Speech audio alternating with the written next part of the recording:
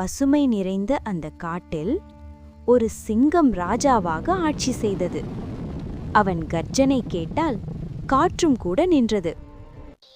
அதே காட்டில் ஒரு சிறிய அணில் வாழ்ந்தது.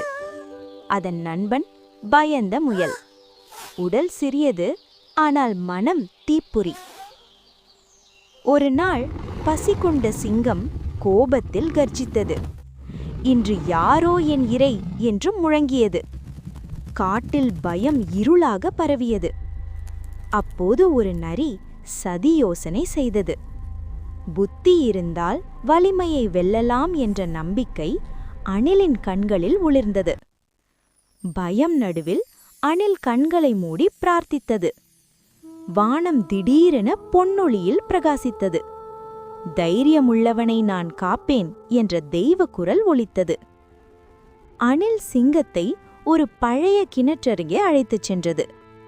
அரசே, இன்னொரு சிங்கம் உங்களை சவால் செய்கிறது என்றது. கிணற்றில் பிரதிபலிப்பு அமைதியாக காத்திருந்தது. கோபத்தில் சிங்கம் கிணற்றுக்குள் பாய்ந்தது.